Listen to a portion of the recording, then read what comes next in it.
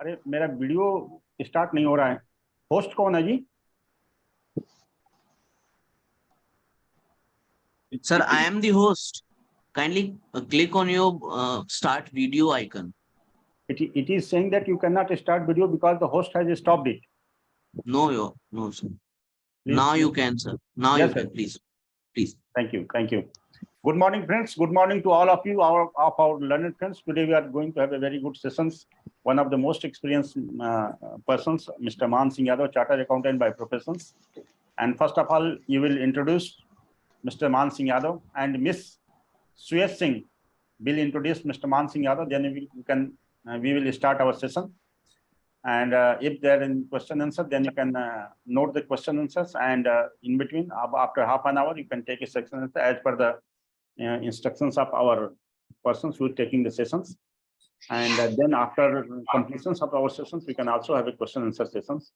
So accordingly, we will do the needful. And if there are any questions, then you can raise the hands, and you can also put it in the chat box. So please, yes, Ms. Shreyas, please introduce Mr. Man Singh Yadav. Thank you. Thank you, sir. Good morning, one and all present here.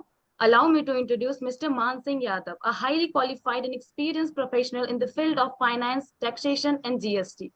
Mr. Yadav did Masters in Commerce, post-graduation in Finance and Taxation, and a fellow member of Institute of Chartered Account and Company Secretary of India. Mr. Yadav is having more than 15 years of rich experience in finance, taxation, and GST. Mr. Yadav possesses a wealth of knowledge and experience in the various aspects of the financial management and compliances. Mr. Yadav is also a visiting faculty of ICAI and ICSI. Mr. Yadav has gained significant practical experience and a deep understanding of the complexity involved in taxation and GST matters. He has successfully handled complex financial situations, providing valuable advice to the client and they ensure compliances with the relevant legal regulation. As a CA and CS, he has worked with a wide range of clients, including individuals, businesses, and corporates, offering them comprehensive financial solutions customized to their specific needs. Recognizing the importance of sharing knowledge and empowering others, Vidya Vijay Foundation has taken the initiative to conduct a Zoom session on the topic how to file an income tax return, that is also called ITR, with the help of Mr. Yadav.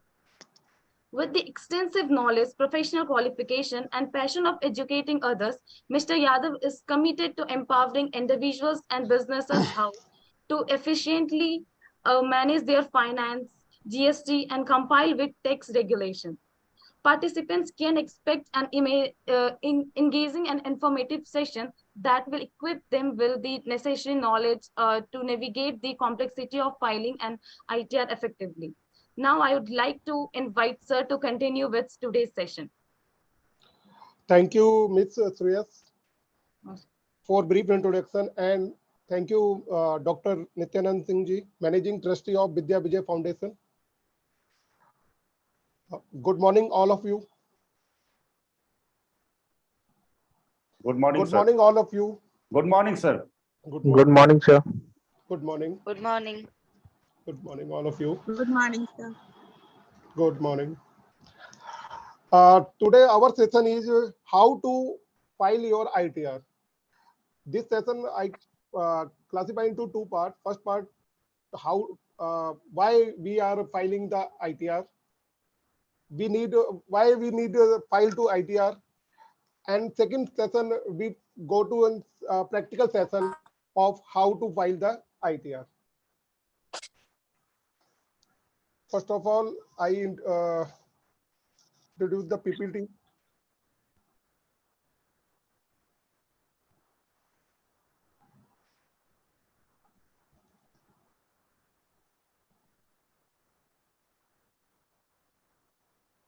Sir PPT visible है? अभी नहीं दिख रही sir.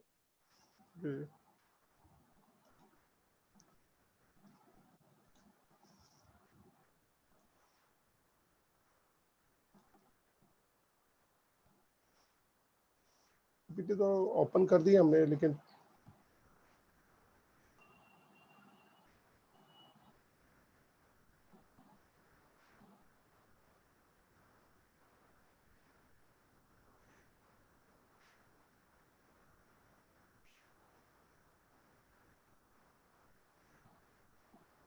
Share कीजिए ना, share कीजिए। Okay यहाँ पे एक शेयर स्क्रीन आ रहा हो, वहां से शेयर कीजिए।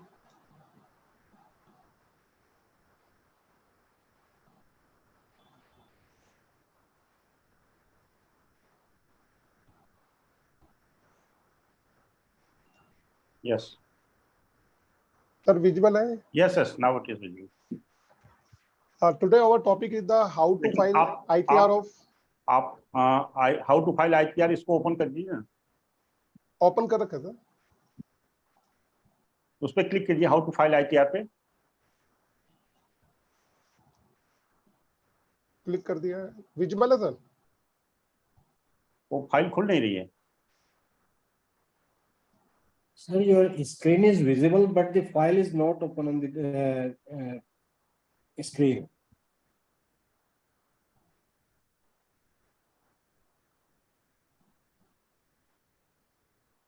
दोबारा खोलिए।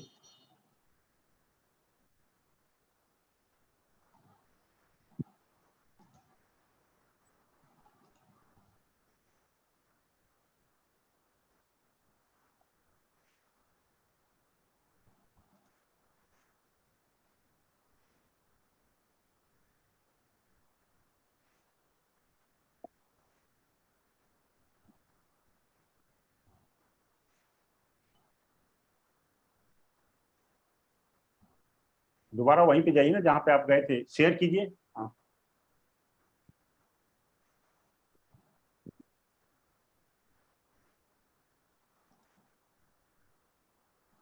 सर विजिबल है अब? ना फाइल नहीं सर। सर एनी डेस्क या टीम व्यूअर के द्वारा थोड़ा सा उनका फाइल ओपन कर दीजिए, ऐसे आई थिंक जो है ना कहीं टेक्निकल प्रॉब्लम आ रही है। जी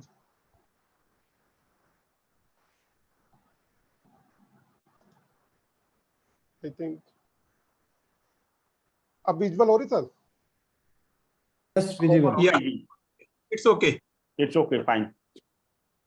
now first is what is the ITR? ITR क्या है, इसके बारे में हमें थोड़ा पता होना चाहिए, तभी हम फाइल करेंगे उसे। ITR एक ऐसा फॉर्म है जो एक पर्सन फाइल करता है इनकम टैक्स डिपार्टमेंट को, जिसमें वो अपनी इनकम और टैक्स से रेलेवेंट इंफॉर्मेशन डिपार्टमेंट को सबमिट करता है। और जो ये ITR होती है, ये हमारी फाइनेंशियल ईयर से रेलेवेंट होती है, जो कि 1 अप्रैल से स्टार्ट होता है और 31 मार्च को खत्म होता है। और इन करंटली हम जो ITR फाइल करेंगे वो 1 अप्रैल 2022 से स्टार्ट होकर 31 मार्च 2023 तक की रेलेवेंट होगी। अब नेक्स्ट क्वेश्चन अराइज होता है कि ITR तो ये है, लेकिन ITR हमें कब फाइल करनी है? इसके लिए इनकम टैक्स के एक्ट में सेक्शन 139(1) के अंदर इस बारे में डिस्क्राइब किया गया कि in following cases you have to file return. उसमें फर्स्ट केस है कि अगर आप एक इंडिविजुअल हैं और आपके प्रीवियस ईयर में आपकी इनकम 2,50,000 से एक्सीड होती है और आपकी एज 60 ईयर से कम है, तो आपको इनकम टैक्स रिटर्न फाइल करना मैंडेटरी है। अगर आपकी एज 60 प्लस और 80 ईयर से लेस है, तो उस केस में आपको अपनी ITR फाइल करने तब फाइल करनी है जब आपकी इनकम 3 लाख से ज्यादा हो। और अगर सुपर सीनियर सिटीजन मींस कि आपकी एज 80 साल से ऊपर है और उस केस में आपकी इनकम अगर 5 लाख से ऊपर जाती है, तभी आपको अपनी इनकम टैक्स रिटर्न फाइल करनी है।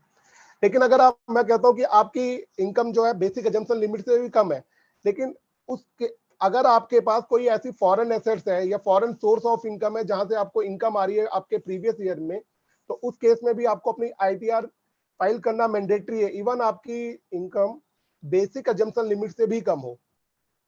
इसके अलावा अगर आप म्यूचुअल फंड या शेयर में इन्वेस्टमेंट कर रहे हैं और सेल कर रहे हैं, तो उस केस में भी आपको अपनी आईटीआर फाइल करनी है। और या फिर आपके करंट अकाउंट में ड्यूरिंग द प्रीवियस ईयर आपने 1 करोड़ या उससे ज्यादा का डिपॉजिट किया है, तब भी आपको आईटीआर फाइल करना जरूरी है। आप कोई अपना बिजनेस कर रहे हैं, उस बिजनेस के अंदर आपका कोई लॉस हो गया है, उस लॉस को आप अगर आगे ले जाना चाहते हैं तो आपको आईटीआर फाइल करना मैंडेटरी है। आपका टीडीएस कट गया है और टीडीएस को आप रिफंड क्लेम करना चाहते हैं, तो वो रिफंड तभी क्लेम हो सकता है जब आप इनकम टैक्स की रिटर्न फाइल करेंगे। आफ्टर दिस हम लोगों को अब डिस्कस करना कि अगर आईटीआर फाइल करनी है तो उसके लिए हमें चाहिए सोर्स ऑफ इनकम। अब किसी भी इंडिविजुअल की जो सोर्स ऑफ इनकम है उसे हम मेनली 5 पार्ट्स में क्लासिफाई करते हैं। या तो वो जॉब करेगा, जॉब करता है तो वो अपनी इनकम जो अर्न करता है वो इनकम फ्रॉम सैलरी हेड के अंदर टैक्सेबल होती है। अगर उसका खुद का बिजनेस है या प्रोफेशन है तो वो इनकम आती है आपकी profit and gain from business and profession head के अंदर। अगर उसकी हाउस प्रॉपर्टी से रेंटल इनकम है तो उस केस में वो इनकम कवर होती है under the head of income from house property. अगर उसने कोई कैपिटल एसेट को सेल आउट किया है during the previous year, and that case अगर कोई गेन या कैपिटल लॉस भी हुआ है तो उसे अपने इनकम को शो करना है income from capital gain. And remaining source अगर इसके अलावा भी कोई आपकी इनकम है तो that's cover under into the income from other source such as dividend income, interest on deposit, interest on saving account, interest on FD, royalty, winning from lottery. Mainly in 5 source के अंदर किसी भी individual की income को cover किया जाता है।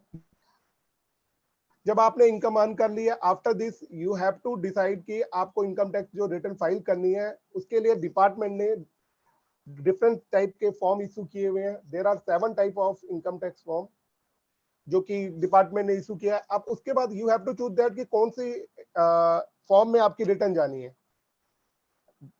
ITR 1, ITR 2, ITR 3, ITR 4 that is the relevant to the individual. ITR 5, 6, 7 ये आपके कंपनी AOP, BOI से रेलिवेंट होते हैं। तो आज के सेशन में हम डिस्कशन करेंगे कि हमें इंडिविजुअल के केस में कौन सी ITR फाइल करनी है। इंडिविजुअल के केस में पहला आपका जो ITR का फॉर्म है दैट इज द ITR 1, जिसे हम लोग सहज फॉर्म भी बोलते हैं। और ये फॉर्म तभी आपके ऊपर एप्लीकेबल होगा जब ये कंडीशन सेटिस्फाई होंगी। नंबर 1, ये आपकी इनकम 50 लाख से कम होनी चाहिए और वो इनकम का जो सोर्स है वो सैलरी होगा। एक आपके पास हाउस प्रॉपर्टी है, वहां से इनकम है, और अदर सोर्स के अंदर आपकी सेविंग अकाउंट से इंटरेस्ट है या एफडी से इंटरेस्ट है। लेकिन इसके अंदर विनिंग फ्रॉम लॉटरी इनकम और रेस हॉर्सेस के जो इनकम होती है उसको इसमें इंक्लूड नहीं किया जाता।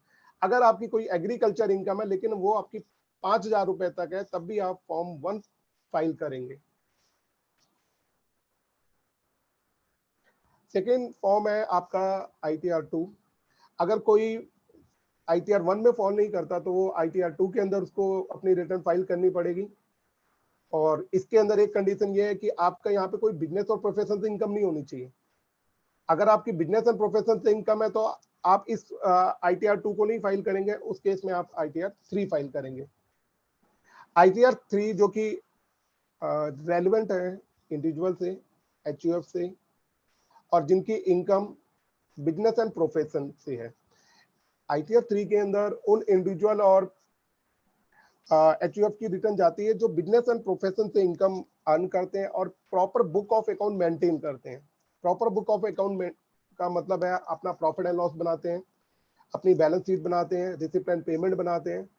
और उस केस में उनको ITR 3 में जब वो जाएंगे वो सारी चीजों को उनको यहाँ पे डिस्क्लोज करना है कि मैंने इस साल में प्रीवियस ईयर में कितनी इनकम अर्न की है, मेरे खर्चे क्या क्या हैं, और मेरी कितनी एसेट्स हैं, मेरी कितनी लायबिलिटी हैं। अगर आप बिजनेस एंड प्रोफेशन में है तो उसके ITR 3 फाइल करते हैं तो उस केस में आपको each and everything which is relevant to your business, that financial transaction, आपको सब कुछ इसमें डिस्क्लोज करना पड़ेगा। इसके अलावा एक ITR 4 है जिसे हम लोग सुगम फॉर्म भी बोलते हैं। ये इंडिविजुअल और HUF से रेलेवेंट है, जो कि प्रेजेंटेटिव इनकम के अंदर अपने आप को डिक्लेयर करते हैं। प्रेजेंटेटिव स्कीम है इनकम टैक्स एक्ट के अंदर, सेक्शन 44 AD, 44 ADA और 44 ABE।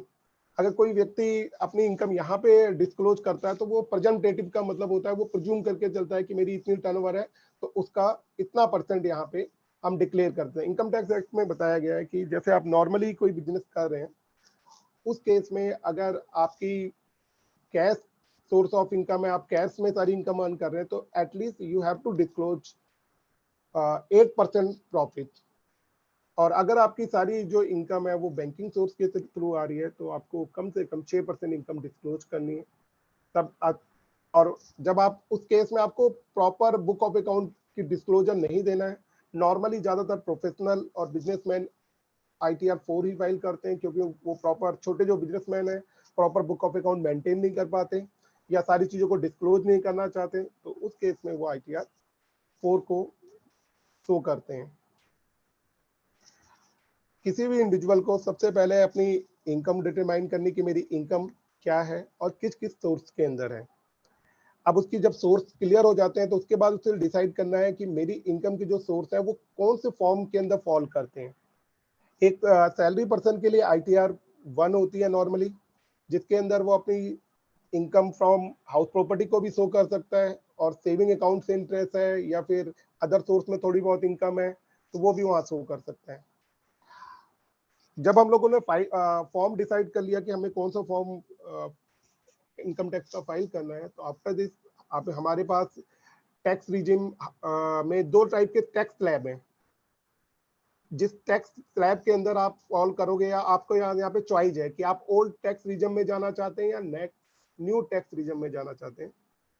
ओल्ड टैक्स रिजिम के अंदर आपको अलग से जो स्लैब दे रखा है कि इस तरीके से आपकी इनकम होगी तो इतने इतने % आपका टैक्स है। न्यू टैक्स रिजिम के अंदर आपको अलग स्लैब दे रखे हैं कि इस तरीके से आपको इतने इतने % टैक्स का प्रोविजन लगेगा। दोनों में डिफरेंस क्या है? दोनों में डिफरेंस ये है कि जो न्यू टैक्स रिजिम है इसमें टैक्स रेट तो कम है, लेकिन उसके अंदर कई प्रकार की जो डिडक्शन मिलती थी हमें, जो ATC, ATG, उन सब डिडक्शन को उन्होंने ओवर रूल कर दिया, कह रहे हैं ये कोई डिडक्शन नहीं मिलेगी, लेकिन हम आपको टैक्स रेट कम कर देंगे। इन केस ऑफ इंडिविजुअल हम लोग क्या करते हैं, एज ए प्रोफेशनल हम उनको दोनों में कैलकुलेशन करते हैं और देखते हैं जिसमें उनका टैक्स कम आ रहा है उस टैक्स रिजिम को हम चूज करते हैं। ये ऑप्शनल है कि आप ओल्ड टैक्स रिजिम में जाएं या न्यू टैक्स रिजिम में। इट इज पॉसिबल कि आप last year old tax regime में थे और इस साल आप न्यू टैक्स रिजिम में आपको बेनिफिशियल है, तो आप नए टैक्स रिजिम में भी आ सकते हैं।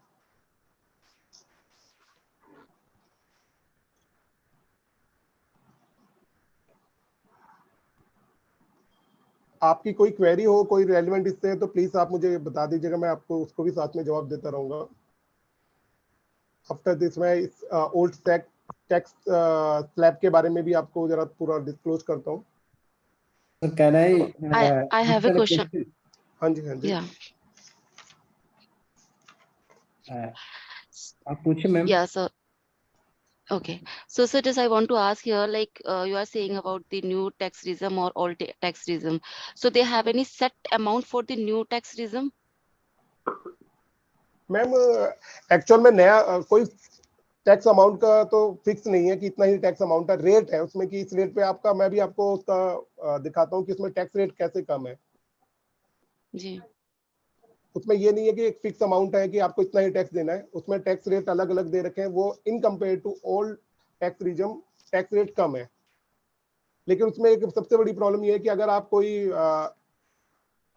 अपनी टैक्स प्लानिंग कर रखी है आपने, जैसे ATC, ITG के अंदर कोई डोनेशन दे रखी है, तो उसका कोई बेनिफिट नहीं मिलेगा।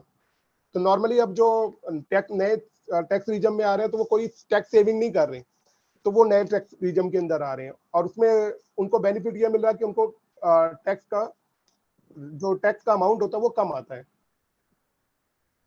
Sir, one more question from my side. हाँ जी, Sir, I want to ask about the shifting of the tax regime, old or new. Suppose कोई बंदा पहले old में था फिर new में shift हो गया, तो उसमें कोई बाउंडेशन है शिफ्टिंग की, वो या अपनी मर्जी से शिफ्ट कर सकता है ओल्ड में या न्यू में, कभी भी किसी भी टाइम किसी भी ईयर में? As per income tax act ये ऑप्शनल होता है। आप जैसे लास्ट ईयर किसी और टैक्स रिजिम में थे, ओल्ड टैक्स रिजिम में थे, और इस साल आप न्यू टैक्स रिजिम में आना चाहते हो तो कोई प्रॉब्लम नहीं है। केवल वहां पे जब आईटीआर आप फाइल कर रहे होंगे तो वहां पे एक ऑप्शन होता है, वहां पे क्लिक करना होता है कि भाई हम नए टैक्स रिजिम में जाना चाहते हैं। और अगले साल अगर आप फिर से आपने कहा कि जी मुझे तो ओल्ड टैक्स रिजिम में बेनिफिट लग रहा है, तो आप अगले साल फिर से चूज कर सकते हैं और ओल्ड टैक्स रिजिम में आ सकते हैं। and then new next in after that next year अगर मैं न्यू में जाना चाहूँ तो जब मैं, मेरा मतलब ये है कि is there any limitation on the shifting of the tax regime? There is no limitation. Okay, sir. Thank you. Okay,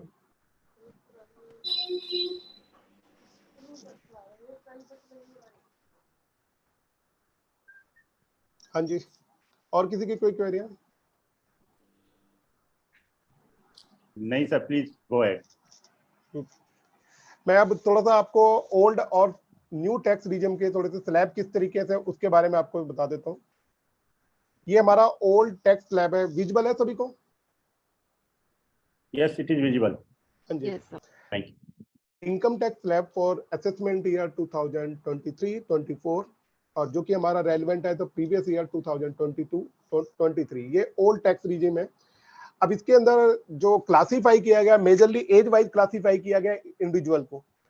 एक इंडिविजुअल जिसकी एज 60 ईयर से कम है, 60 ईयर से ज्यादा है, या 80 ईयर से ज्यादा है, तो उसके लिए अलग अलग से गवर्नमेंट ने 3 पार्ट में से क्लासीफाई किया है। सबसे पहले गवर्नमेंट ने ये बताया कि अगर आपकी इनकम अप टू 2,50,000 है तो आपको कोई टैक्स पे करने की जरूरत नहीं है, मतलब टैक्स रेट जो होगा नील होगा। लेकिन अगर आप 2,50,000 से अबो अर्न कर रहे हैं तो उस केस में आपको 2,50,000 से लेके 5 लाख रुपीस तक यू हैव टू पे 5% ऑफ टैक्स रेट। मतलब ये है कि आपका जो 2.5 लाख रुपए है उस पर आपको 5% के हिसाब से टैक्स देना है। और अगर आप 5 लाख से ऊपर अर्न कर रहे हैं और 10 लाख रुपए तक आपकी इनकम है तो उस केस में आपका जो टैक्स रेट होगा वो सीधे 20% चला जाता है बैलेंस पे। बैलेंस का मतलब ये है कि अगर आप फॉर एग्जांपल आप इनकम अर्न कर रहे हैं, टोटल इनकम आपकी 9 लाख रुपीस है, तो पहले आपका 2.5 लाख रुपए तो कोई टैक्स नहीं लगेगा। 2.5 से 5 पे आपका 12,500 रुपए का टैक्स बन जाता है 5% के हिसाब से। और उसके बाद आपका 5 लाख से ऊपर जो आपका 9 लाख रुपीस तक इनकम है, मतलब 4 लाख जो बैलेंस है, उस पर आपको 20% के रेट से आपको टैक्स कैलकुलेट करना है। 20% का मतलब हो गया कि 4 lakh into 20%, that is the 80,000 rupees. और अगर आप 10 लाख रुपए या उससे ज्यादा की अर्निंग कर रहे हैं, अबव द 10 लाख, तो उस केस में आपको सीधे जो बैलेंस अमाउंट है 10 लाख से ऊपर का जितना भी अमाउंट है उस पर आपको 30% पे करना है।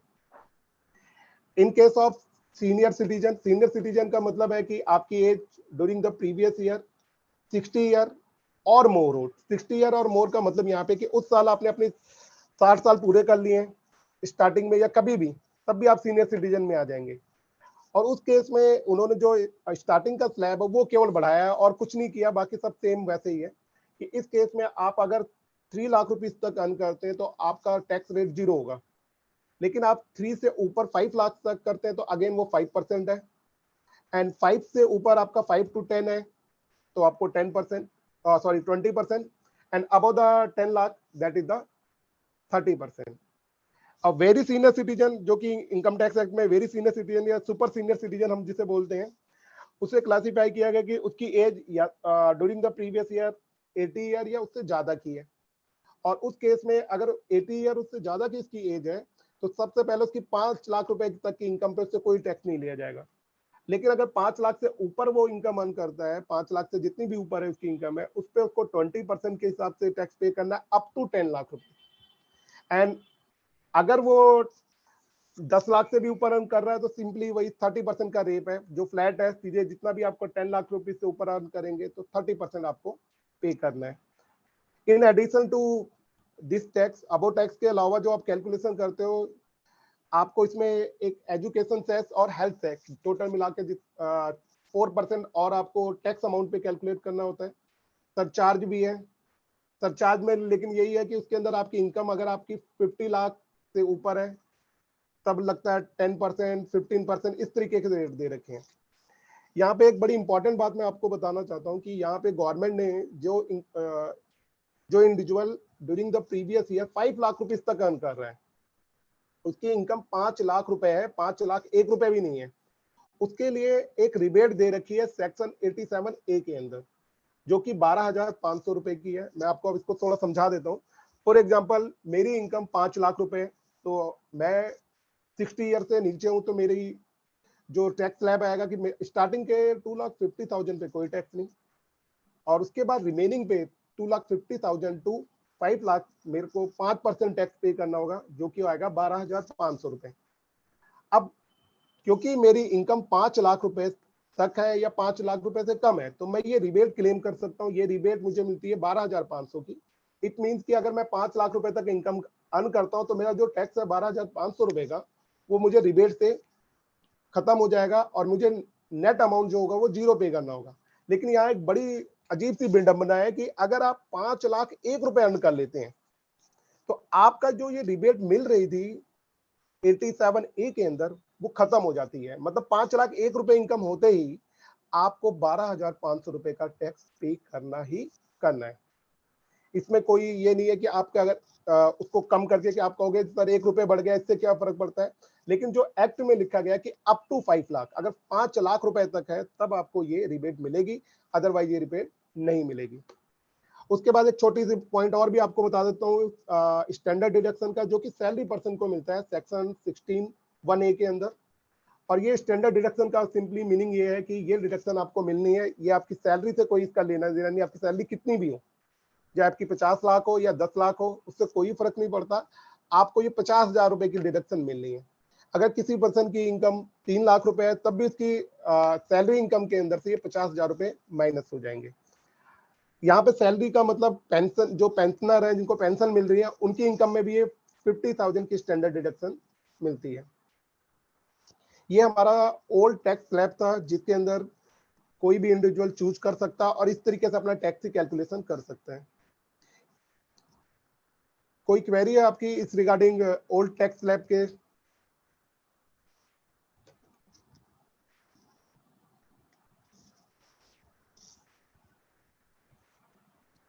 सर मेरा एक क्वेश्चन इसमें ये है कि जैसे आप प्रैक्टिस में है, काफी दिन से मोस्ट एक्सपीरियंस पर्सन है, तो इसमें कोई एक ओल्ड और न्यू में हमने एक कोई स्लैब डिसाइड किया, ये लेवल कोई डिसाइड किया है कि भाई अगर इससे नीचे है आपकी इनकम तो हमें ओल्ड में जाना चाहिए, और उससे ऊपर चली गई तो न्यू में जाने में फायदा है? ऐसा कोई हमने स्लैब या कोई ऐसा मतलब प्रिवलेंट है स्लैब या level of income? Sir that is the depend कि आपने जो डिडक्शन क्लेम करनी, मेनली क्या होता है कि सर ATC और ATG, ATTTA, ये जो इसके अंदर आपने अगर कोई इन्वेस्टमेंट कर रखी है तो उन इन्वेस्टमेंट का आपको बेनिफिट ही तब मिलेगा जब आप ओल्ड टैक्स रिजिम में रहेंगे। मैं आपको सिंपली बताता हूँ कि जैसे आपने हाउस प्रॉपर्टी लोन में ले रखी है तो उस पर आपको जो आप EMI जाती है वो 2 पार्ट्स में होती है। एक होती है इंटरेस्ट का अमाउंट, सेकंड आपका होता है प्रिंसिपल अमाउंट। जो प्रिंसिपल अमाउंट का जो डिडक्शन मिलती है क्योंकि आपने वो एक्सपेंडिचर किया, वो ATC के अंदर मिलती है। अब वो प्रिंसिपल अमाउंट आपका मान लीजिए 1 लाख रुपीस का है और वो आप ATC में क्लेम करते हैं। अगर आप ओल्ड टैक्स रिजिम में रहेंगे तब तो ये आपको इसका बेनिफिट मिलेगा, ये आपकी टोटल इनकम को कम कर देगा। लेकिन अगर न्यू टैक्स रिजिम में जाते हैं तो आपके ये 1 लाख रुपीस माइनस नहीं होंगे। अब आप डिसाइड करेंगे सर मैंने कौन से रिजिम में जाना है, तो उसके लिए आपको ये डिसाइड करना है। सबसे पहले ओल्ड टैक्स रिजिम में भी आप देखेंगे आपकी टैक्स की कैलकुलेशन कितनी है उस डिडक्शन को क्लेम करने के बाद, और नए टैक्स रिजिम के अंदर जब आप अपने टैक्स कैलकुलेशन कर रहे हैं तो उसमें देखिए कि आपका टैक्स कितना बनता है। नॉर्मली हम क्या करते हैं, कोई भी हमारे पास क्लाइंट आता है तो हम दोनों में कैलकुलेशन करके उनको दिखा देते हैं कि सर इसमें आ रहा है, और ऑब्वियस है कि जिसमें उसका टैक्स बेनिफिट ज्यादा मिलेगा, मतलब टैक्स कम देना है, उस वो टैक्स रिजिम को वो अडॉप्ट करेगा। You mean मतलब that will differ case to case? Yes sir, yes. Okay, thank you sir, so nice. हाँ जी, anyone? Yes, sir. Please go ahead. Okay. Thank you. Now I will discuss the new tax regime. This is the new tax regime, income tax slab. In new tax regime, first of all, if you earn the income up to rupees 2,50,000, the tax rate is the nil. If you earn the income 2,50,000 to 5 lakh, the tax rate is the 5%. If you earn the income 5 lakh to 7,50,000, the tax rate is 10%. Very important thing this here, the tax rate is 10%, but in the old tax regime, the tax rate is the 20%. If your income is the above the 5 lakh. यहाँ पे सबसे important point यही है कि देखो 5 लाख से 7.5 लाख रुपए तक आप इनकम अर्न कर रहे हैं तो आपका टैक्स रेट सीधे आधा हो गया है। पहले वहां पे कितना था 20% और यहाँ पे कितना आ रहा है 10%। अब 7.5 लाख रुपए से आप अगेन अब 10 लाख रुपए तक अर्न कर रहे हैं तो आपको 15% का टैक्स स्लैब मिल रहा है और 10 लाख से आप 12.5 लाख रुपए तक की आपकी इनकम है ड्यूरिंग द प्रीवियस ईयर तो आपको 20% के स्लैब में आ रहे हैं। और अगर आप 12.5 से 15% के आ रहे हैं तो 25% का स्लैब है और 15 लाख से ऊपर पे आपका 30% का स्लैब है। नॉर्मली क्या होता है कि जिसकी इनकम 15 लाख रुपए तक है तो हम उसको रेफर करते हैं कि अगर कोई आपने डिडक्शन क्लेम नहीं करनी है तो आप न्यू टैक्स रिजम में आइए, और जिसकी 15 से ऊपर जा रही है तो उस केस में भी हम कैलकुलेशन करके ही देखते हैं। ये आपका न्यू टैक्स रिजम का इनकम टैक्स स्लैब है और ये आपके सामने। इसमें एक बात और भी आपको इंपॉर्टेंट बता देता हूँ कि यहाँ पे जो टैक्स रिबेट है 87A की वो आपको इसमें भी मिलेगी न्यू टैक्स रिजम में। अगर हम देखें तो स्टार्टिंग के 5 लाख रुपीस तक ओल्ड टैक्स रिजम और न्यू टैक्स रिजम में कोई डिफरेंस नहीं है, दोनों में आप जाओगे उतना ही कोई फर्क ही नहीं पड़ता। लेकिन अगर आपकी इनकम 5 लाख से ऊपर है तब आप इन दोनों में कंपेयर करोगे। हाँ जी, किसी की कोई क्वेरी हो तो बताइए मुझे इस regarding.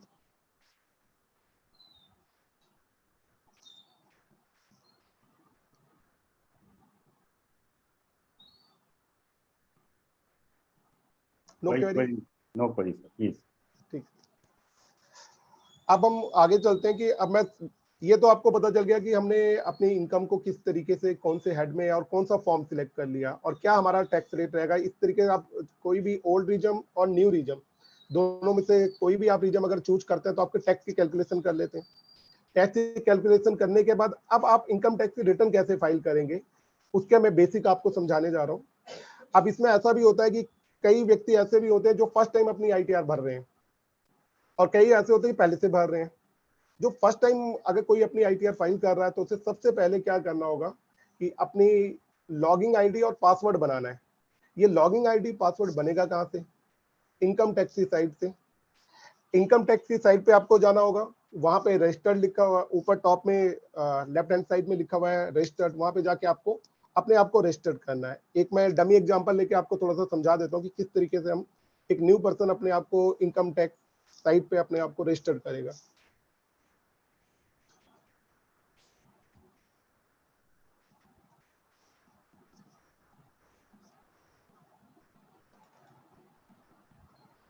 Sir, picture not getting.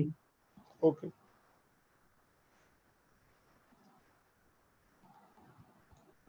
Yeah, now okay. फिर चला गया। ओके, एक मिनट। विजुअल है सर अब? नहीं sir, blank. No, sir, it's not visible for us. Yeah, we can see it. Not now.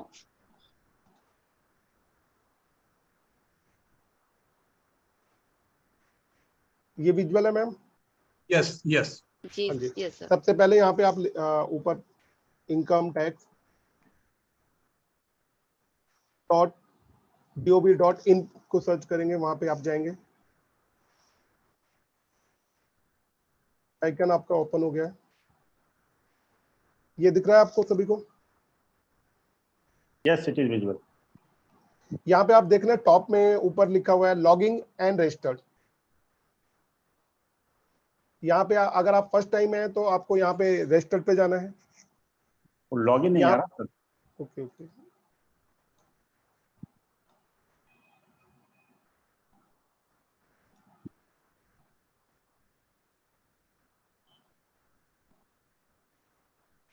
Visual है सर? Yes yes yes. अब यहाँ पे आपको जब आपने रजिस्टर पे क्लिक किया तो सबसे पहले यहाँ पे आपसे पूछ रहा है कि क्या आप टैक्स पेयर हैं या अदर हैं। अगर आप अपना पैन नंबर यहाँ पे डालेंगे टैक्स पेयर में, क्योंकि आप इनकम टैक्स की रिटर्न फाइल करने जा रहे हैं, तो आप एक फ्यूचर में एक टैक्स पेयर ही बनने जा रहे हैं। वहां पे आपने सबसे पहले अपना पैन नंबर डालना है।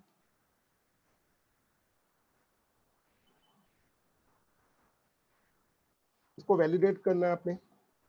वैलिडेट करने के बाद आपके मैसेज आएगा कि पैन वैलिडेट सक्सेसफुली, और उसके बाद आपको क्लिक करना है कि आपसे पूछ रहा है कि आप इंडिविजुअल हो। आपने कहा यस हम इंडिविजुअल हैं। देन उसके बाद आपसे बेसिक इंफॉर्मेशन मांग रहा है। सबसे पहले मांग रहा है कि आपका नाम क्या है। जैसे इस केस में मेरा जो क्लाइंट है उसका नाम राजू है, कोई लास्ट नेम फर्स्ट नेम नहीं है, तो मतलब एक फर्स्ट नेम और लास्ट नेम सेम है, तो हमने वो लिख दिया। उसके बाद यहाँ पे डेट ऑफ बर्थ पूछ रहा है। आप डेट ऑफ बर्थ यहाँ पे क्लिक करेंगे।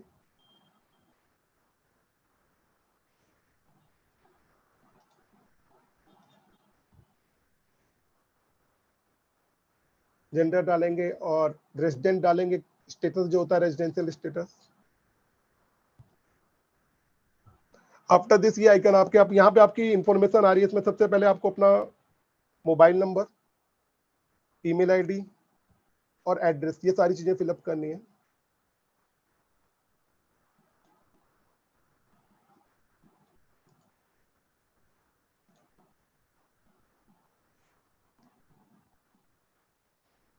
ये मोबाइल नंबर आपसे बिलोंग करता है, आपसे फ्रेंड का तो नहीं है, तो ये सारी चीजें भी आपको यहाँ पे ऑप्शन में मिलती है। कई बार क्या होता है कि मोबाइल नंबर जो फाइल कर रहा है वो अपना डाल देता है, तो उस केस में यहाँ पे ऑप्शन होता है कि फ्रेंड या जो भी है प्रोफेशनल, उस सब में से ऑप्शन को आपको चूज करना है। देन इसके बाद the mandatory field is the email ID.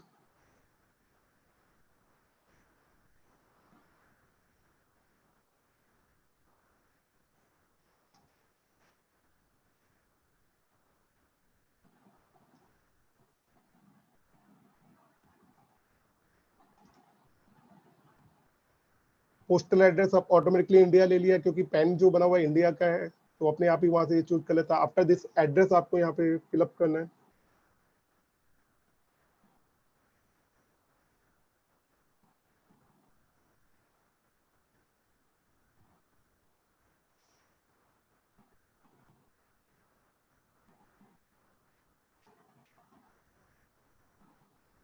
जो भी आपका पोस्ट ऑफिस आप बिलोंग करता है उस एरिया का।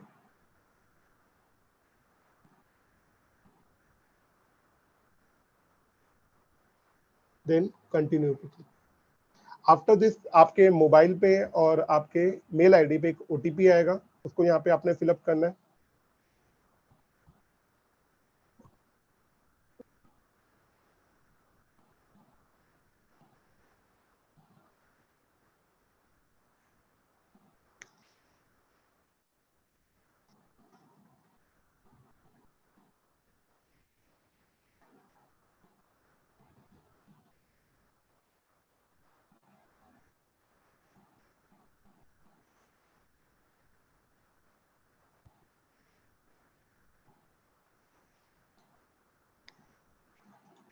सेवन जीरो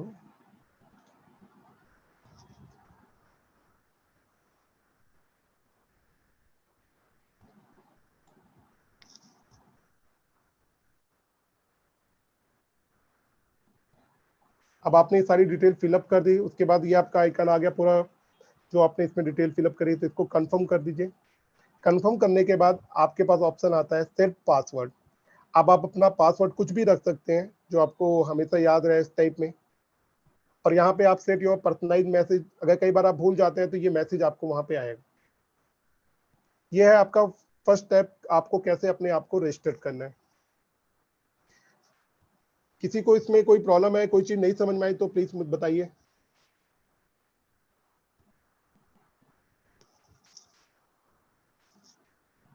नहीं सर, आपने बहुत ही साधारण तरीके से इसको बताया, और सब कुछ कैसे भरना है कैसे नहीं भरना है सब कुछ बहुत इजी तरीके से सभी लोगों को आसानी से समझ में आ गया जी थैंक यू। जब आप अपना पासवर्ड आप बना लेते हैं तो उसके बाद अब आपको लॉगिन पे जाना है। जैसे अब ये यहाँ तो मैंने पासवर्ड बना नहीं रहा क्योंकि इसकी रिटर्न अभी मुझे फाइल नहीं करनी है, तो ये केवल मैंने आपको दिखाने के लिए कि इस तरीके से आप फर्स्ट टाइम अपने आप को रजिस्टर करेंगे। अब मैं होम पे आ जाता हूँ। अब आपका लॉगिंग आईडी पासवर्ड बन गया है, तो अब आपको अपनी आईटीआर फाइल करने के लिए सबसे पहले लॉगिन करना है। लॉगिन के लिए आप यहाँ टॉप में देख रहे हैं, यहाँ पे लॉगिन का ऑप्शन है। यहाँ पे आपने अपना आईडी डालना है। अब यहाँ पे इनकम टैक्स में आईडी क्या होती है? आईडी आपकी पैन नंबर होता है कैपिटल में, वो हमेशा, और पासवर्ड जो आपने बनाया है वही होगा। अब मैंने जैसे किसी का एक एग्जांपल ले लिया क्लाइंट का, यहाँ पे मैं इसका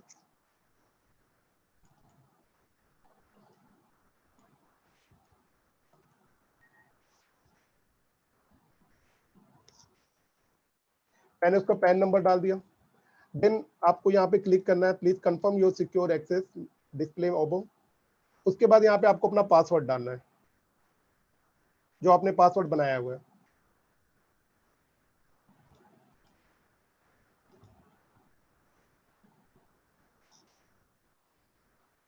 इसके बाद आप पासवर्ड डालने के बाद कंटिन्यू करेंगे।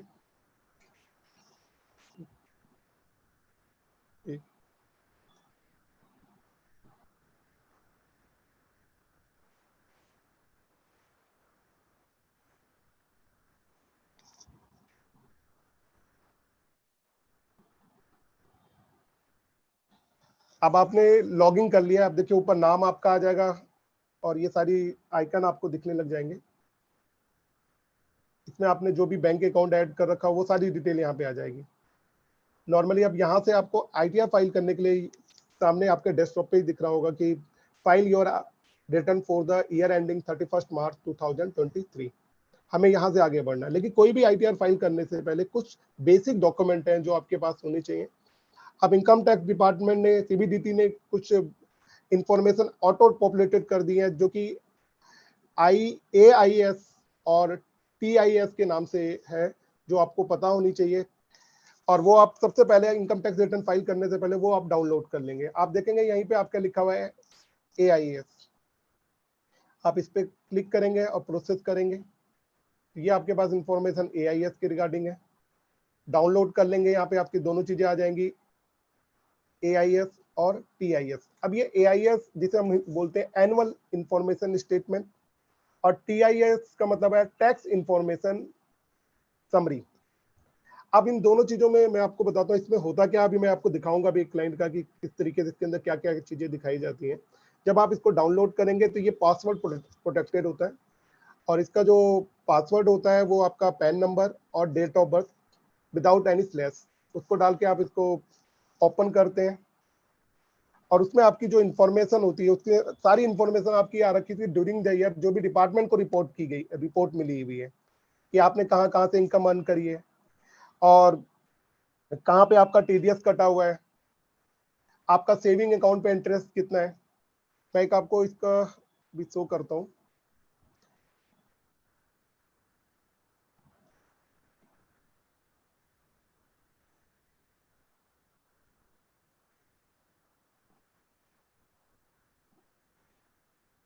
यहाँ पे एक ये IAS ओपन कर रहा हूँ। ये AIS आप सभी को विजुअल है क्या? क्लिक नहीं हुआ सर AIS पे। AIS पे ओपन कीजिए AIS को। एक मिनट,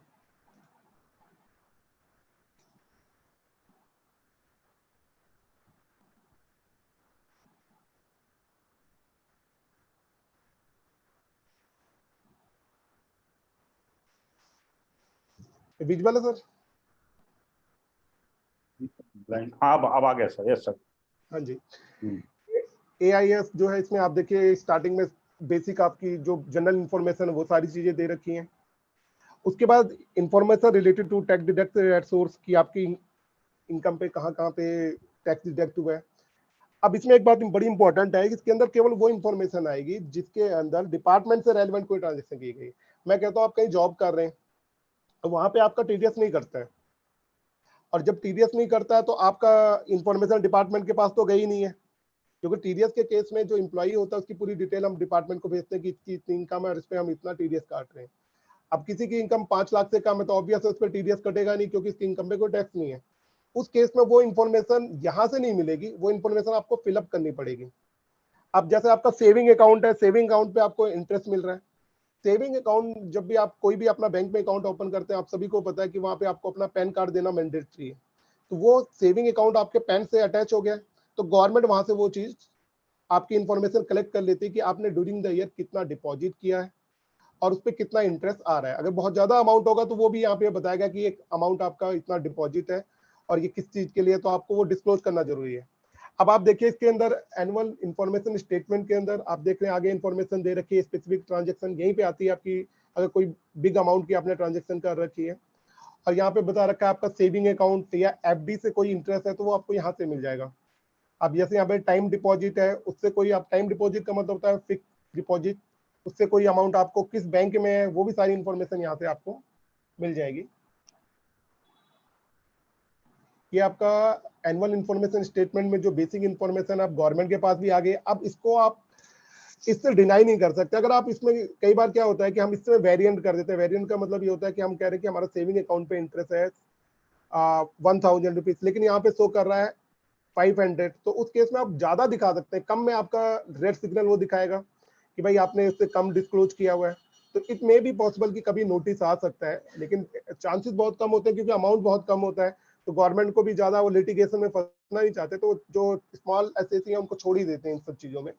लेकिन हमारा मैन ये रहता है कि भाई जो आपकी एक्चुअल इन्फॉर्मेशन है वो जरूर आईटीआर में फाइल की जाए या दिखाई जाए। एंड सेकेंड डॉक्यूमेंट इज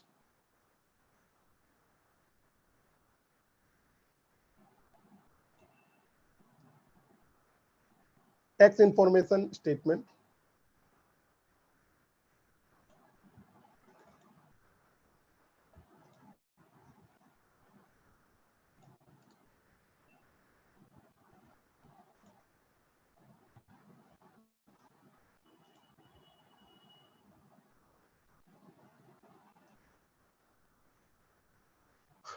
ये विजुअल है आप लोगों को?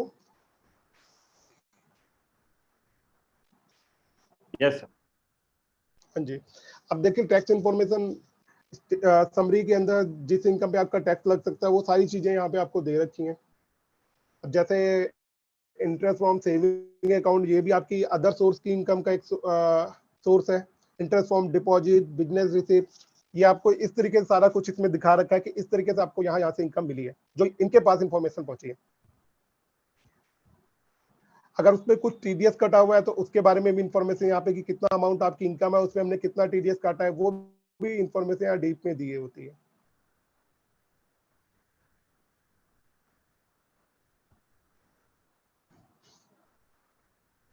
ये दोनों बेसिक डॉक्यूमेंट डाउनलोड करने के बाद तीसरा हमारा बेसिक डॉक्यूमेंट होता है, तीसरा बेसिक डॉक्यूमेंट होता है 26AS। 26AS में जो भी आपका टीडीएस है, टीसीएस है, उस सब चीज की इंफॉर्मेशन आ जाती है। वो भी आपको इनकम टैक्स के पोर्टल से ही मिलता है, वो भी मैं आपको शो कर देता हूँ।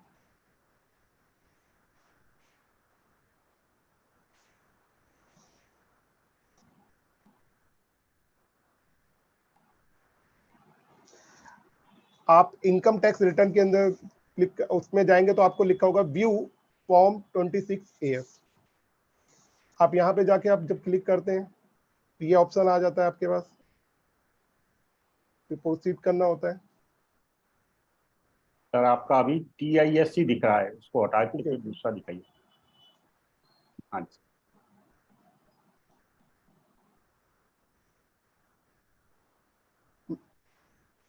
आपको ई फाइल में जाना है, वहां पे इनकम टैक्स रिटर्न, वहां पे व्यू फॉर्म 26AS। ये विजुअल है सर सबको? विजुअल है, यस सर। यहाँ पे आप क्लिक करते हैं, कंफर्म करते हैं, फिर आपके पास यहाँ पे क्लिक करके प्रोसीड करना है। व्यू टैक्स क्रेडिट, ये सब पे आपको क्लिक करना है। यहाँ पे अपना असेसमेंट ईयर चूज करेंगे। आपका असेसमेंट ईयर 23-24 है। HTML में इसमें करके फिर आप एक्सप्लोर या व्यू डाउनलोड पे क्लिक करेंगे तो वो आपका डाउनलोड हो जाएगा। अगेन ये जो आपकी PDF होगी ये पासवर्ड प्रोटेक्टेड होगी और इसमें भी आप अपना पैन और date of birth without slash डालेंगे तो ये ओपन होगी। मैं आपको दिखा देता हूँ ये देखने में कैसे दिखती है, और मैंने इसको डाउनलोड किया हुआ है।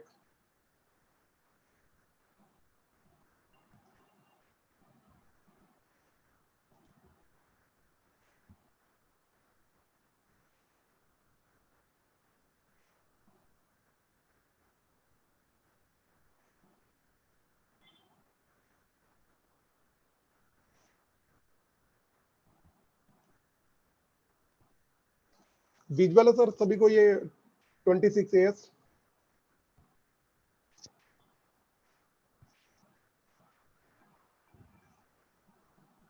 Yes sir. हाँ जी। अब इसमें आप देखिए इसके अंदर आपकी वही TDS की इंफॉर्मेशन ही होती है, लेकिन इसे भी हम डाउनलोड करते हैं और इससे भी चेक करते हैं कि आपके उस फाइनेंशियल ईयर में क्या क्या ट्रांजेक्शन हुई है। ये तीनों बेसिक डॉक्यूमेंट के बाद ही हम आगे ITR पे जा सकते हैं। इसमें किसी को कोई डाउट है?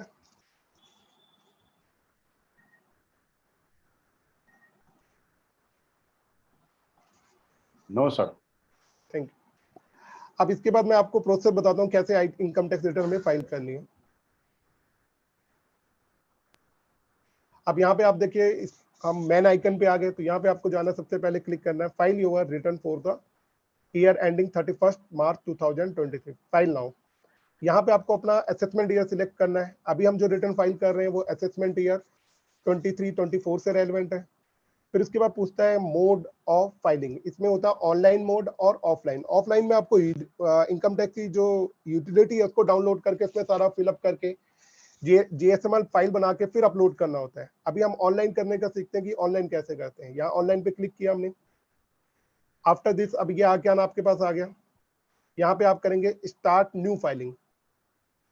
अब यहाँ पे सबसे पहले आपसे पूछ रहा आप कौन है, तो आपने बताया कि मैं इंडिविजुअल हूँ, तो आपने कहा कंटिन्यू करना है। इसके बाद अब आपको मेजर चीज है कि आपको अपना फॉर्म सिलेक्ट करना है। आपने कहा मेरी सैलरी, अब इसके लिए भी आपको थोड़ा सा ये पता होना चाहिए कि आपकी इनकम किन किन सोर्सों से है। अगर इनकम आपकी सैलरी से है केवल, तो उस केस में आप यहाँ पे सैलरी ITR 1 सिलेक्ट करेंगे और प्रोसीड फॉर ITR 1 पे क्लिक करेंगे। After this select.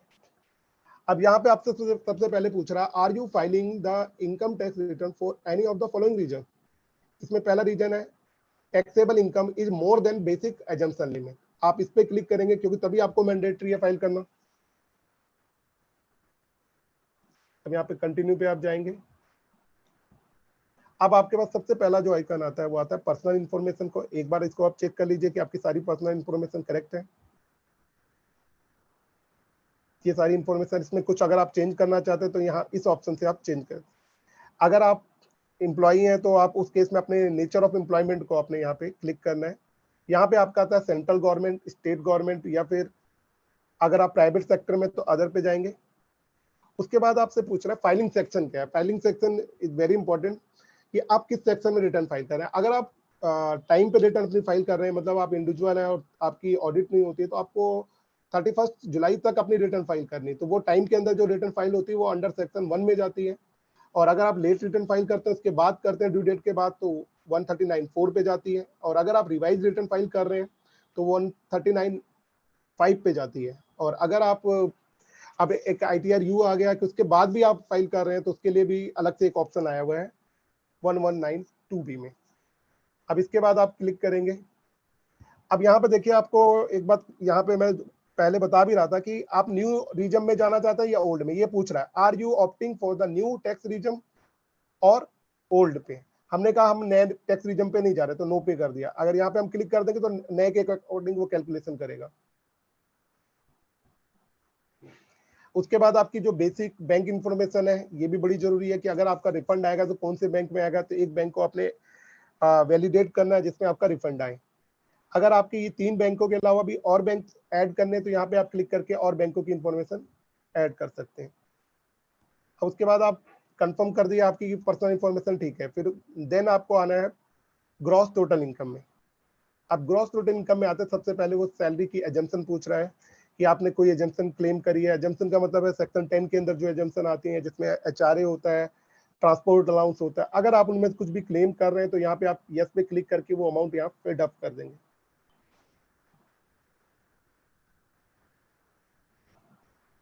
अब उसके बाद यहाँ पे आपके आता है कि इनकम फ्रॉम सैलरी। सैलरी के अंदर अगर आपने इनकम अभी ये, क्योंकि मेरा 26 AS में नहीं उसमें नहीं आ रहा था, AIS में आ नहीं रहा था कि कोई मेरी सैलरी की इनकम है, तो इस केस में मुझे अपनी खुद की फिलअप करना है। अगर ये AIS या आपका TDS कट रहा है तो ऑटो पॉपुलेटेड होता है, ये यहाँ पे अपने आप आ जाता है कि आपकी इतनी इनकम है। अब यहाँ पे मुझे खुद ही फिलअप करना है इसको। तो मैं जैसे यहाँ पे इसकी इनकम डालता हूँ, कोई परक्यूजिट्स या प्रॉफिट इन लिeu ऑफ सैलरी है तो वो भी आप यहाँ डाल सकते हैं।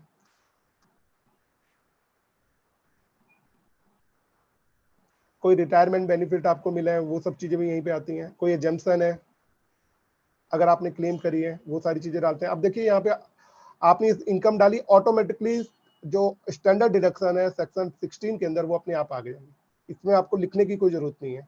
टैक्स भी आपका अपने आप कैलकुलेट हो जाएगा। अब आपने यहाँ पे वेरीफाई कर लेनी है आपकी इनकम टैक्स डिटेल। अगर आपने कोई इनकम फ्रॉम हाउस प्रॉपर्टी है उस केस में आपने उसकी यहाँ पे डिटेल डालनी है। आपने सिलेक्ट करना है कि सेल्फ ऑक्यूपाई कर रखा है, हाउस लोन ले रखा है तो उस पर आपने जो इंटरेस्ट पे किया है वो यहाँ पे आप शो कर सकते हैं।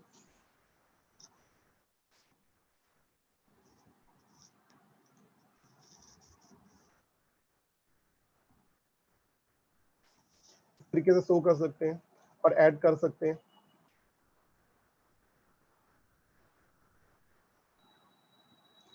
अब उसके बाद आपके पास ये इनकम आई हुई है जिसपे आपका टीडीएस भी कटा है, हमने उसे कहाँ डाल दिया है, इनकम फ्रॉम अदर सोर्स में।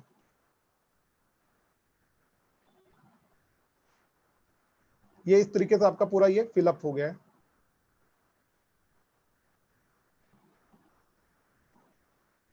यहाँ पे हमने इसकी इनकम ज्यादा दिखा दी है इसको।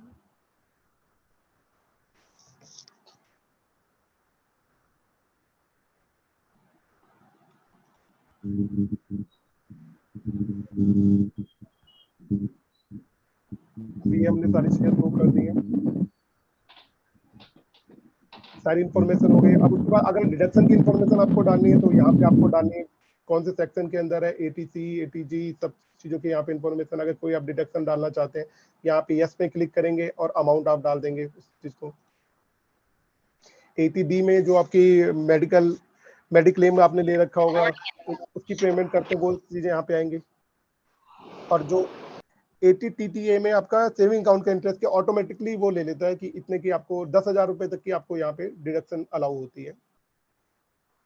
सर एक मिनट जरा एक बात पूछना चाहूंगा क्योंकि ऑन दी वे है क्योंकि। हाँ जी सर। हाँ जी सर ये अभी आपने बताया कि आपने अगर होम लोन लिया है तो उस पर जो आप जो इंटरेस्ट पे करते हैं उसको आप डिडक्ट करवा सकते हैं एक सर्टेन लिमिट तक।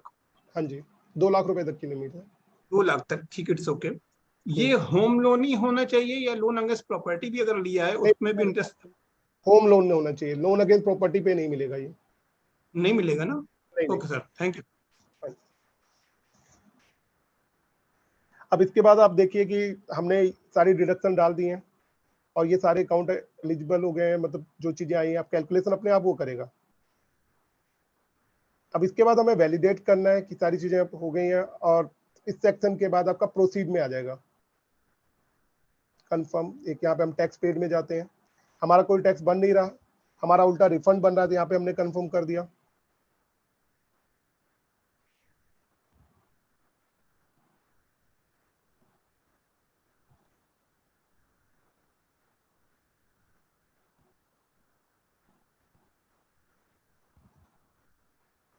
अब ये सारी चीजें कंफर्म करने के बाद हम प्रोसीड कर देते हैं। प्रोसीड करने के बाद एक बार दोबारा ये डिटेल आपको दिखाएगा, ठीक है। और उसके बाद जो भी आपका अमाउंट पेबल है तो पे होगा या रिफंड का है तो उस पर आप करके पे नाउ या उस तरीके से करके आप अपना टैक्स जमा कराएंगे। टैक्स जमा कराने के बाद उसकी डिटेल यहाँ पे फिलअप करनी होती है और देन आप अगेन प्रोसीड पे करेंगे तो आपके पास वो पूछेगा कि आपको इसको ई वेरीफाई कराना है रिटर्न को या नहीं।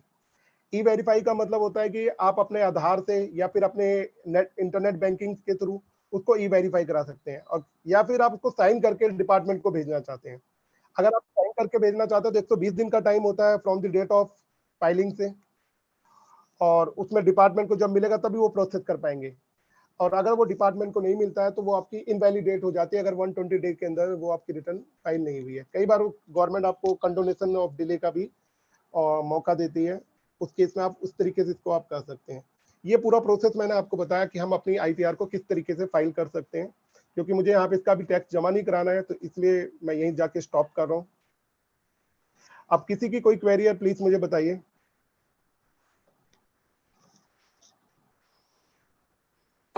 मेरा सर एक क्वेश्चन है। क्वेश्चन ये है,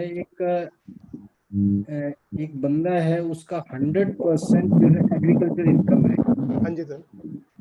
but he has some bank deposit in which the TDS is deducted. तो क्या उसके लिए ITR, उसको ये कंसर्न नहीं है कि भाई TDS कटा है नहीं कटा, उससे कोई मतलब नहीं, क्या उसके लिए ITR फाइल करना कंपलसरी है या नहीं? देखिए सर, इसमें जो आपकी एग्रीकल्चर से इनकम है वो तो पूरी एग्जेम्प्ट है, लेकिन आप कह रहे हो कि अदर सोर्स ऑफ इनकम भी है आपकी। अदर सोर्स में FD है, इंटरेस्ट पे इंटरेस्ट TDS ऑन FD हो गया, सेविंग अकाउंट हो गया, इस पे आपका TDS भी कटा हुआ है। उस केस में देखो, एक और भी चीज मैं आपको बता दूं, जब भी आपका TDS कटता है तो it is the mandatory to file ITR। Okay, आप अपने, आपका TDS कटा है, देखो गवर्नमेंट कह रही है कि आपका इनकम है और आप इनकम टैक्स रिटर्न नहीं फाइल कर रहे, तो इसका मतलब आप उनको बता रहे हो कि हमारी तो इनकम है ही नहीं। जब आप TDS कटा हुआ तो उस चीज को इनकम टैक्स की रिटर्न के अंदर आप दिखाओगे कि मेरा इतना FD से इंटरेस्ट है, इतना मेरा एग्रीकल्चर से इनकम है। इन इंडिया आपको सभी लोगों को पता है कि agriculture income is the 100% nature, लेकिन उसके साथ में आप कोई और इनकम अर्न कर रहे हैं तो उस केस में उसका अलग सा प्रोसेस बताया हुआ है कि जिसके थ्रू उसकी कैलकुलेशन होती है। प्योरली 100% एग्रीकल्चर इनकम के साथ FD पे इंटरेस्ट। हाँ जी सर, आपको ITR फाइल करनी पड़ेगी क्योंकि आपका TDS। तो इसका फर्दर एक्सटेंशन ये है सर कि ये आगे से एवरी ईयर ही has to file the income, चाहे उस पे FD पे इंटरेस्ट आगे खत्म हो जाए चाहे रहे। नहीं, अगर जब उसका TDS कटा तभी, otherwise there is no need. Okay, thank you, so nice. Yadav साहब, गुड मॉर्निंग। मनोहर, कैसे हो? हेलो। एक मिनट तक यादव जी, ये जो है ना आपका जो स्क्रीन पे दिख रहा है इसको जो है एंड कर दीजिए, क्योंकि सभी लोग जो है ना अपना, yes now everyone can off on their videos. Hello, हाँ hello, can you hear me Yadav साहब? हाँ जी सर, बोलिए सर। यादव साहब, एक आध पॉइंट का रिप्लाई दे दीजिए। एक तो ये इनकम टैक्स रिटर्न आ जाती है, रिफंड आता है, उसके ऊपर मिनिमम इंटरेस्ट क्या कैलकुलेट होता है? इनकम टैक्स का जो रिफंड है, हाँ, उससे शायद 18% है, वो गवर्नमेंट ही देती है जितना आपका डिले हो रहा है। यानी कि 4% है मिनिमम। क्या है, क्या जो बेस फिगर जो सेविंग्स बैंक में जो होता है वही होगा? हाँ जी है? हाँ जी, जितना डिले होता है उतना ही पे देते हैं वो लोग। हाँ नहीं, वो बात नहीं कर रहा हूँ। Suppose I got a refund आ गया मेरे पास, वो डिले कर रहे हैं। देखो उनका एक्चुअल में जब आपका रिफंड आ गया, लेकिन अभी टाइम से नहीं आया ना, ये कह रहे हैं आप। सपोज मेरे पास 50,000 रिफंड आ गया। हाँ जी, जब मैं रिटर्न करने जा रहा हूँ, ये कॉलम उसके अंदर बड़े कंपलसरी है कि इंटरेस्ट ऑन टैक्स रिफंड, वो परसेंटेज क्या है? सर एक्चुअल में मैंने इसका कभी परसेंटेज देखा नहीं, क्योंकि जो नॉर्मली आता है ना वो अपने आप कैलकुलेट होके इनकम जो आपका AIS है ना उसमें आ जाता है। वो स्पेसिफिकली मांगता है कि भैया तुम्हारा इतना इंटरेस्ट है, हमने रिफंड इतना कर दिया है। इंटरेस्ट तो मांगता है, वो इंटरेस्ट का अमाउंट मांगता है, परसेंटेज नहीं मांगता सर। वो अमाउंट मांगता है, you have to fill in the amount. Percentage नहीं मांगता, वो अमाउंट मांगता है। वो तो आपका, तो ये कहते हैं कि एज पर अगर आपने इंटरेस्ट अगर कम डाल दिया है तो वो अलाउ नहीं करता। वो कहते हैं this is below the interest rate prescribed by the department. I think it should be the savings bank account details, उसके हिसाब से होना चाहिए, है नहीं? इनकम टैक्स में जो रिफंड होता है सर, वो जब आपकी ना अभी AIS जब हम निकालेंगे ना, उसके अंदर अपने आप अलग से दिखा देते हैं वो कि आपका इनकम टैक्स का जो रिफंड था उस पे इतना। जैसे अभी आपका मैंने AIS आपको दिखाया तो सेविंग अकाउंट का अलग से दिखा रहा है, बिल्कुल ठीक है, FD पे अलग दिखा रहा है, तो वहीं पे एक कॉलम और आएगा, interest on income tax refund. अच्छा, वो अमाउंट आपने वहां पे फिलअप करना जब ITR फाइल कर रहे हैं। वैसे तो ऑटो पॉपुलेटेड होता है, ले लेता है वहीं से। अच्छा, सपोज अगर कोई 45 ADA के अंदर बढ़ता रहा है और all of a sudden you want to change it into 44 AB के अंदर अगर करना चाहो, वो कर सकता है या उसमें रेस्ट्रिक्शन है? देखो जी, 44 ADA 50% हम कैलकुलेट करते हैं। हाँ जी, वो प्रोफेशनल के लिए है ना सर। बिलो 25 लाख में अगर हम 44 ADA के अंदर 50%, अगर सपोज हमारे इनकम 20 लाख है, हम 10 लाख नेट प्रॉफिट दिखा के हम टैक्स भर सकता है। हाँ जी, 45 ADA में 50% आ जाता है। हाँ जी, बिल्कुल दिखाने पड़ते हैं हमारे को नेट। हाँ जी। वो करते करते अगर मैं इस साल अगर चाहूँ तो मैं 44 AB में कर सकता हूँ? जी कर सकते हैं, लेकिन उसके लिए कंडीशन है प्रोफेशनल होनी चाहिए ना। आप हैं प्रोफेशनल के लिए है ना वो सर, प्रोफेशनल और जैसे CA CS और लॉयर है, उन सब के लिए होता है ना सर। हाँ, प्रोफेशनल की बात कर रहा हूँ। हाँ जी, बिल्कुल कर सकते हैं आप। कर सकते हैं, मतलब ऐसा कोई रेस्ट्रिक्शन तो नहीं है। If I am following 45 ADA follow कर रहा हूँ तो मैं 44A के अंदर भर नहीं सकता, ऐसा कोई रेस्ट्रिक्शन तो नहीं है? मैं सर आपको एक बार रियलिटी बताऊं, देखो एक्चुअल में 44ADA जो है ना सर, वो प्रोफेशनल के लिए ही है। अगर आप 44AD में भर रहे हैं पहले, तो आप गलत भर रहे हैं ना सर। आप प्रोफेशनल है, आप 44AD में भर रहे हैं, ये अलग बात है। डिपार्टमेंट ने आज तक आपसे पूछा नहीं, ठीक है। अगर नहीं पूछा वो अलग बात है, लेकिन अगर आप प्रोफेशनल CA, CS, डॉक्टर है, तो आपका तो 44ADA में जाएगा। अब आप नहीं भर रहे, अब आप भर दे रहे हैं, तो उससे कोई प्रॉब्लम नहीं है, लेकिन as per the law that is the wrong. मतलब 44ADA के अंदर ही जाना चाहिए। हाँ जी, हाँ जी। यादव जी, मेरी क्वेरी है एक। जी सर। फाइनेंशियल ईयर 21-22, हाँ जी, उसमें मेरा एक TDS कटा था। जी सर। ठीक है, डिडक्टर ने TDS वो उस फाइनेंशियल ईयर में शो ना करके उसने लास्ट फाइनेंशियल ईयर यानी कि 22-23 फाइनेंशियल ईयर में उस TDS को शो किया। जी जी। मैंने अपनी इनकम टैक्स रिटर्न फाइल की 21-22 फाइनेंशियल ईयर के 22-23 असेसमेंट ईयर, उसमें मैंने वो इनकम को तो अपने उसमें ले लिया, but since TDS certificate was not issued, it was not reflected on 26A also, तो वो मैंने क्लेम नहीं किया TDS। जी जी। ठीक है, अब क्या हुआ है कि उन्होंने करंट ईयर में मींस की 22-23 फाइनेंशियल ईयर में TDS इशू कर दिया है, जबकि इनकम में ऑलरेडी बुक कर चुका हूँ उससे पहले साल में। तो आपको इस साल की जो रिटर्न है उसमें इसको कैसे करना है, इसको जो TDS मेरा जी जी, मैं समझ गया आपकी बात। नॉर्मली क्या होता है कि कई बार ऐसे क्लाइंटों के साथ हो जाता है कि उनका TDS उस साल में उन्होंने डिपॉजिट नहीं किया ना, आपको दिख रहा है, तो हम नॉर्मली अगर टाइम पीरियड रहता तो रिवाइज कर देते हैं रिटर्न। और अगर टाइम पीरियड के बाद आप कर रहे हो, तो उस केस में आप क्या करेंगे कि अपनी इस साल की इनकम में उस रिफंड को आप क्लेम कर सकते हैं, उससे कोई प्रॉब्लम नहीं है, क्योंकि इनकम ऑलरेडी आपने पिछले, हाँ अगले साल में आप इनकम तो ऑलरेडी दिखा चुके हो। हाँ जी, इनकम में तो आपने कोई एवेजन किया नहीं है। यस, इनकम दिखा चुके हो और उस पे आप ऑलरेडी टैक्स भी ज्यादा दे चुके हो, क्योंकि आपका TDS था नहीं वहां पे। ठीक है, इस साल में रिफंड, क्योंकि इस साल में वो दिख रहा है, तो आप उसको क्लेम कर सकते हो इस साल की। पर इस साल जब वो इनकम की बात करेगा कि income shown under which head, तो इनकम तो इस साल में कोई शो नहीं की हमने, करेंगे शो नहीं करेंगे 22-23 में। हाँ जी, हाँ जी, कोई प्रॉब्लम नहीं है उससे।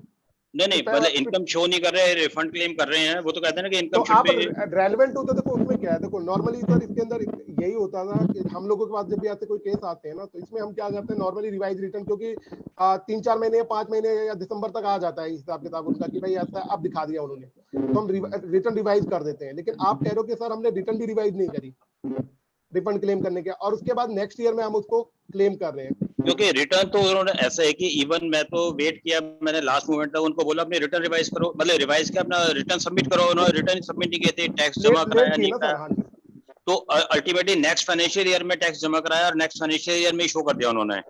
तो अब ऐसे अब मेरे पास कोई ऑप्शन है नहीं, मैं तो करंट जो अब है 22-23 फाइनेंशियल ईयर उसी का मैं रिटर्न में क्लेम कर सकता हूँ इसको। बिल्कुल सर, उसको कर सकते हो आप 100%। आपको अगर डिपार्टमेंट से कोई नहीं, रिफंड भी आपको मिलेगा। अगर डिपार्टमेंट से कोई क्वेरी आती है तो आप उस केस में उसमें यही जवाब देंगे कि that income is the relevant to my last year, but refund मतलब TDS not deposit by the person. ठीक है, आप उसमें देके कर लेंगे आप। ठीक है, ठीक है, थैंक यू। Hello sir. हाँ जी सर, प्लीज कैरी ऑन। जी जी, और किसी की कोई क्वेरी है मैं इसको वाइंड अप करूंगा। तो सबसे पहले तो थैंक यू आपने ये सेशन लिया, लेकिन एक सेशन की और जरूरत है आपकी।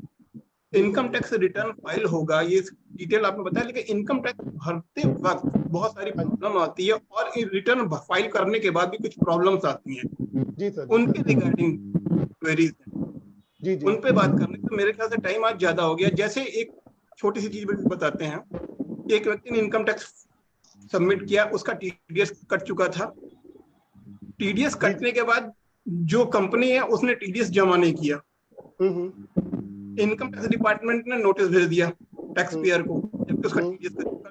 कई बार उनके साथ पब्लिक ग्रीवांस से सब शेयर भी कर चुके हैं कि सर ये हाई कोर्ट का ये है ऑर्डर सब कुछ है, लेकिन अभी तक वो जो है ना डिमांड दिखा रहे हैं। हाँ जी, हाँ जी, आवाज नहीं आ रही आपके साथ क्लियर, प्लीज दोबारा एक बार रिपीट करेंगे। हाँ जी, हाँ जी, मेन पॉइंट ये sir, income tax return file किया गया, उसमें व्यक्ति का TDS ऑलरेडी कंपनी काट चुकी थी, लेकिन TDS उसने जमा नहीं कराया। बिल्कुल ठीक है, कंपनी ने जमा नहीं किया, इनकम टैक्स से नोटिस आ गया उस व्यक्ति के ऊपर कि इसके अंदर ये आपको ऊपर टैक्स लायबिलिटी बनती है, जबकि वो ऑलरेडी TDS काट चुका। मैंने हाई कोर्ट वगैरह का डिसीजन भी उनको शेयर कर दिया कि उसके ऊपर टैक्स लायबिलिटी ना पे के ऊपर नहीं बनती है, लेकिन अभी तक वो दिखा रहे हैं। नहीं सर देखो एक बार बताओ, जब आपके उसमें अकाउंट में टीडीएस तो दिख नहीं रहा है, अब ये अलग बात है कि देखो ये डिफॉल्ट आपका नहीं है, अब आपका टीडीएस का अमाउंट उन्होंने डिपॉजिट नहीं किया, अब वो आप उसको शो करके उसका क्लेम ले नहीं सकते। इस पे हाई कोर्ट की कई डिसीजन है, कभी अगर टाइम होगा तो मैं इस पर थोड़ा डिस्कस करूंगा। क्लेम नहीं लेना, हमें क्लेम नहीं लेना है। मेन जो है जो टैक्स की लायबिलिटी बनती थी हमने वो टीडीएस उसके अंदर एडजस्ट कर दिया था। अब उसने जमा किया नहीं किया, भाई टीडीएस हमको मिला होता हम जाकर डिपॉजिट कर देते हैं। बिल्कुल सर, हाई कोर्ट का भी डिसीजन मेरे पास रखा हुआ है। अच्छा अच्छा, हाई कोर्ट का सर डिसीजन मेरे पास रखा है कि उसमें लिखा हुआ अगर उसका व्यक्ति का टीडीएस कट चुका है और कंपनी ने जमा नहीं किया है तो टैक्स पेयर की गलती नहीं है ये। हाँ जी हाँ जी, रिक्वेस्ट की थी और भी बहुत सारे पॉइंट है, अगर एक नेक्स्ट सेशन आप और ले लें। ठीक है, मैं तो सर बहुत बात सारे करके देखता हूँ, अगर थोड़ा टाइम मिलेगा तो जरूर मैं आपको दूंगा। काफी कॉम्प्लेक्स सिचुएशंस है टैक्स। नहीं बिल्कुल सही कह रहे हैं आप।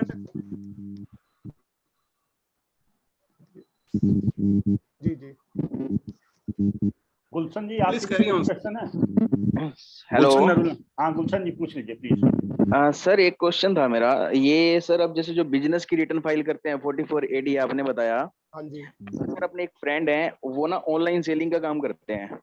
हाँ जी, जो फ्लिपकार्ट अमेज़न मीशो के ऊपर, और उनका सर बीच में उनका ना जैसे घर में प्रॉब्लम हो गई थी तो उन्होंने जीएसटी नंबर लिया हुआ है और बीच में उन्होंने नील फाइल करवा दी थी, 5-6 महीने साल भी लगा लो।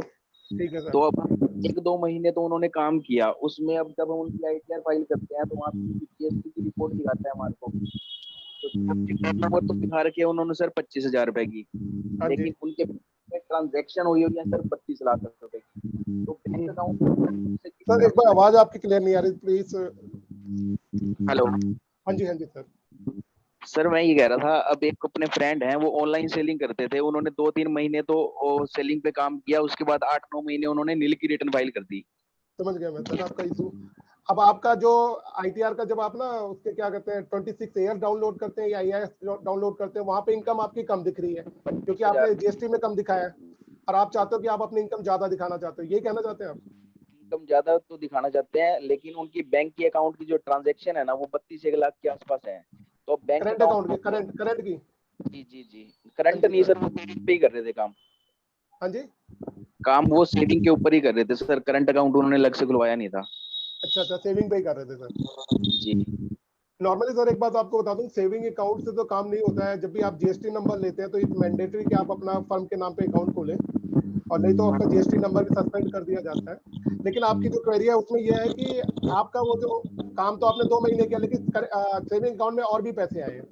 एज पर द लॉ अगर आप किसी बंदे ने भी जीएसटी नंबर ले रखा है तो उसे जो भी उसकी इनकम है वो जीएसटी के थ्रू ही हो सकती है। आप ये नहीं कह सकते कि सर ये हमने सेल करी है लेकिन इसमें हमने जीएसटी का बिल नहीं काटा। अगर आपके पास जीएसटी नंबर है तो जीएसटी वाला ही बिल काट सकते हैं, इसके अलावा कोई बिल आप नहीं काट सकते। तो अगर उन्होंने ऐसे किया हुआ तो उसमें ना नोटिस आने के चांसेस है। अगर आप अपनी इनकम में दिखाओगे, अब देखो अभी कुछ टाइम पहले जीएसटी डिपार्टमेंट की ड्राइव भी चली, उन्होंने ये भी पूछा था कि भाई जिस लोग को है वो अपना करंट अकाउंट सेविंग अकाउंट की स्टेटमेंट लेके आए।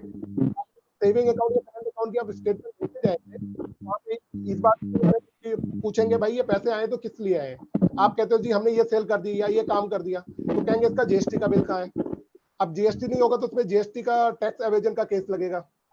ऐसे केसेस में मेरे हिसाब से देखो ये रहता है कि जो आपकी जीएसटी के अंदर रिटर्न दिख रही है, जीएसटी के रिटर्न के अंदर जो दिख रहा है उतनी सेल को क्लेम करके उसी पे इनकम दिखाइए और मत दिखाइए, नहीं तो आप उसमें चांसेस है कि नोटिस आ जाए। क्योंकि आपको पता है कि इनकम टैक्स डिपार्टमेंट और जीएसटी डिपार्टमेंट दोनों के डाटा आप सेंट्रलाइज हो गए हैं, दोनों मैच करते हैं। ये पहले था कि पहले हम कुछ वैट में कुछ दिखा देते थे और इनकम टैक्स में कुछ दिखा देते, लेकिन अब चलता नहीं है, इस पे नोटिस आने के चांसेस है। अब जैसे उनकी 25,000 रुपए की सेल दिखा रखी है जीएसटी के अकॉर्डिंग, अब 25,000 का ऑनलाइन कैश के थ्रू दिखाएं 6 या 8% दे सकते हैं 44AD में। हाँ जी सबसे तो फिर वो 2.5 लाख से ऊपर तो है नहीं, फिर तो भरने की जरूरत ही नहीं। हाँ जी बिल्कुल सही। मतलब इस बार उसकी फिर ना ही भरे, ना भी भरे ज्यादा बच्चा, क्योंकि पंगे है ना उसके अंदर। आप बता रहे हो ना कि इसमें और पैसे आएगा, हो सकता है वो अगर आपने भर दी तब भी पूछ सकते हैं। और देखो ऐसा है ना, जीएसटी नंबर ले रखा है और उसमें डिपार्टमेंट भी, जीएसटी डिपार्टमेंट भी पूछ सकता है आपसे कि भाई ऐसा इतने दिन से नील है, आप एक बार लेके आओ। क्योंकि असेसमेंट अभी हो नहीं रहा है, कुछ टाइम के बाद असेसमेंट जब चालू होगी ना जीएसटी के अंदर तो आपसे आप करंट अकाउंट या सेविंग अकाउंट वो आपसे मांगेंगे क्या आपने बनाया हुआ है। अच्छा, ये जीएसटी और इनकम टैक्स का साथ बिल्कुल कनेक्टेड है। हाँ जी बिल्कुल सेंट्रलाइज हो गया ना सर।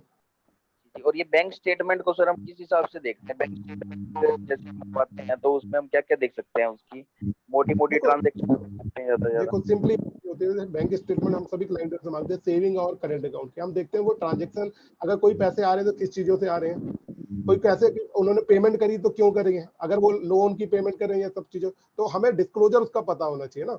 अगर आपको मैं कह रहा हूँ मेरे जीएसटी नंबर है और मेरे ये पैसे आ रहे हैं, इसका हमने कोई जीएसटी का बिल नहीं कट किया हुआ है, तो उस केस में ये आप खुद ही समझ सकते हैं कि ये इलीगल है एक तरीके से।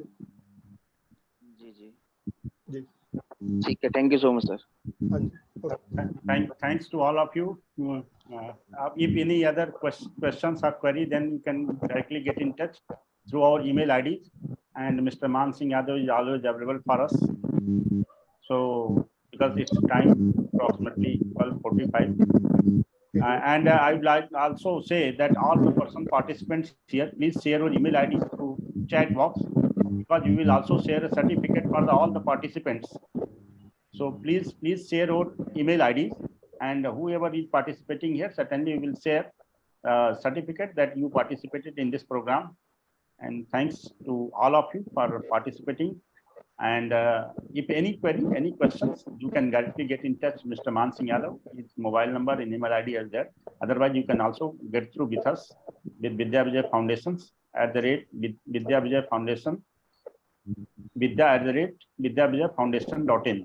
I will also share with you, and we can also get in touch through our WhatsApp number 9999130332. So all are aware. Please get in touch with us. Thanks to all of you for participating. Yes, Miss Suyas Singh. Thank you very much to all of you. Vote of thanks. Thank you. Especially Mr. Man Singh, he has given a very good oratory performance today, and then for Nityanand for organizing such a wonderful session, because this was a need of the hour actually, because income tax returns are meant to be filed by July 31st, the last date. It is a need of the hour, and really I'm thankful to all of you for attending and understanding this. Thank you very much, Mr. Yadav and Nitya. Thank you, sir. Thank you. Well said, sir. Thank you, sir. Thank you both of you. Nice meeting, sir. Miss Thank you, sir. Suyas will give the vote of thanks. Please wait for a minute, please. Yes. Thank you, sir.